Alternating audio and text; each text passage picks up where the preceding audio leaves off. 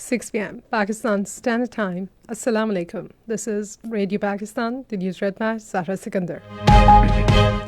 First, the headlines. Prime Minister has directed to further intensify action against elements involved in heinous crime of human trafficking across the country. Minister for Health Services says federal government will provide all possible support to provinces to make Pakistan polio-free country. Minister for Parliamentary Affairs said Pakistan has always supported Turkmenistan for its neutral stance over the last 3 decades. 4 terrorists, including a suicide bomber, were killed by security forces in Noshki area of Balochistan today.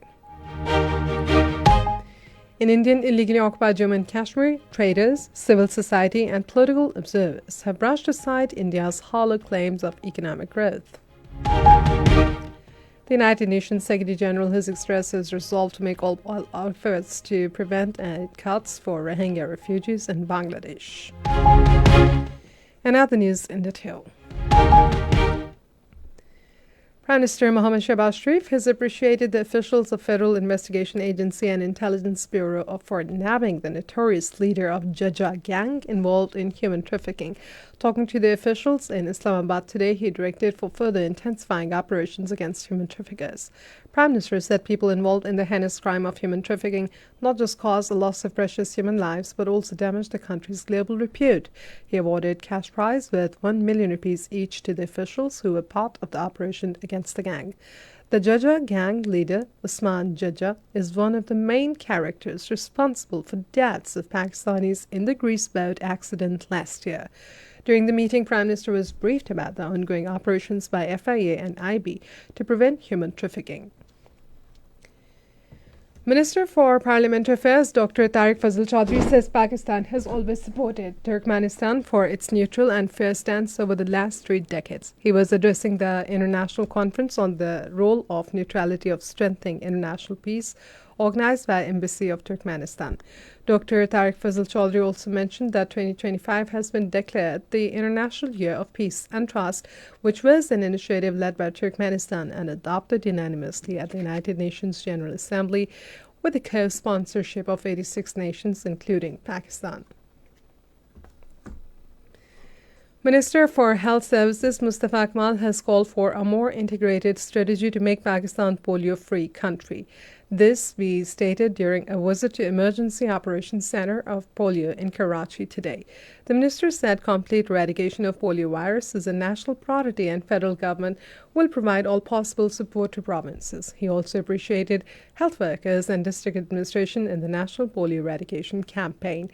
Mustafa Akmal expressed concern over the fact that 4 out of 6 polio cases this year have been reported from Sindh. Earlier, provincial coordinator of the Emergency Operations Center for Polio, Irshad Ali Sodar, briefed the minister on the vacations campaign and challenges being faced by the polio teams and workers. 4 terrorists, including a suicide bomber, were killed by the security forces in Noshki area of Balochistan today. According to security forces, the Frontier Corps convoy was targeted by a suicide bomb blast by the banned terrorist effort BLA this morning. 3 Frontier Corps personnel and 2 civilians also embraced martyrdom in the cowardly suicide attack. Security forces have cordoned off the area, blocking all escape routes of the terrorists. A clearance operation is also in progress in the area, which will continue till the elimination of the terrorists. President Asif Ali Zardari and Prime Minister Mohammad Shehbaz Sharif have strongly condemned the terrorist attack in Noshki. In their statements today, they expressed grief over the loss of precious lives in the blast. The President and Prime Minister also prayed for high ranks of the martyred civilians and FC personnel and expressed condolences to their families. They said such cowardly attacks cannot shake our resolve against terrorism. They also prayed for the speedy recovery of the injured and directed for provision of all possible medical assistance to them.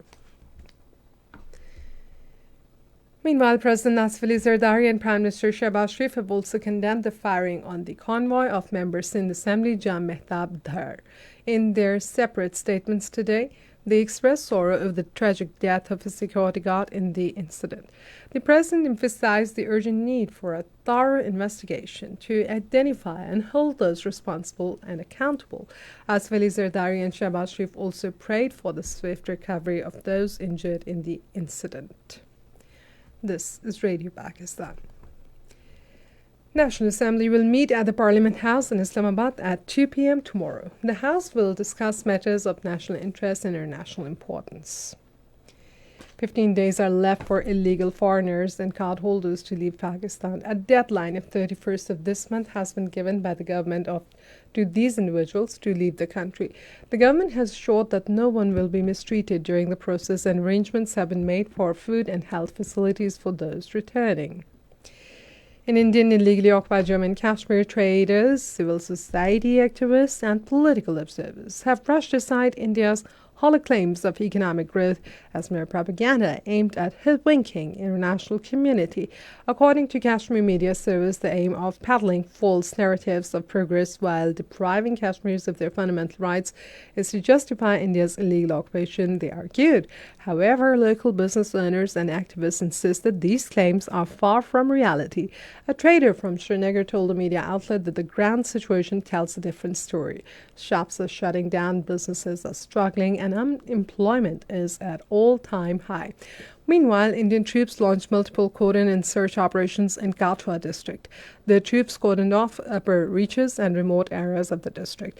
Several people were questioned and harassed during these operations.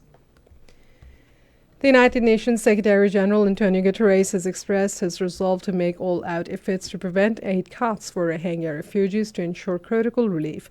During his visit to Rohingya refugee camps in southern Bangladesh, Guterres described Cox's Bazar as ground zero for the impact of these cuts, warning of a looming humanitarian disaster if immediate action is not taken. He emphasized that his visit is a mission of solidarity with the Rohingya refugees and the Bangladeshi people who generously host them. He said more than 1 million Rohingya refugees need the world's support.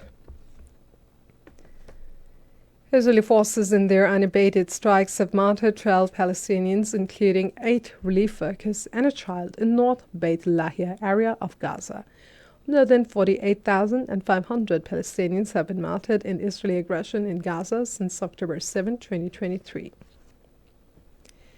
In Yemen, 31 people have been killed in U.S. military strikes launched against Houthis today. Spokesperson for the Houthi-run Health Ministry, Anis al-Asbahi, said that 101 others injured in the U.S. strikes, mostly women and children. The U.S. military Central Command has described strikes as the start of a large-scale operation across Yemen. In North Macedonian town of Kochani, 51 people were killed and over 100 injured after a fire ripped through a packed nightclub early today. And the second T20 of 5 matches between Pakistan and New Zealand will be played at Dunedin on Tuesday. The match will start at 6:15 a.m. Pakistan Standard Time. Earlier in first T20, New Zealand beat Pakistan by 9 wickets at Christchurch today. Batting first, Pakistan were all out for 91 runs in 18.4 overs. In reply, New Zealand achieved the target for loss of 1 wicket in 10.1 overs. And finally, the weather. Dry weather is expected in most parts of the country, while cold in hilly areas during the next 12 hours. However, light rain, wind, and thunderstorm is likely at isolated places in Gilgit-Baltistan, Kashmir, and adjoining hilly areas. With this, we come to the end of the news for the moment. For more news and analysis, visit our website radio.go.pk and also watch live video streaming of our bulletins on the link facebook.com/Radio Pakistan News Official.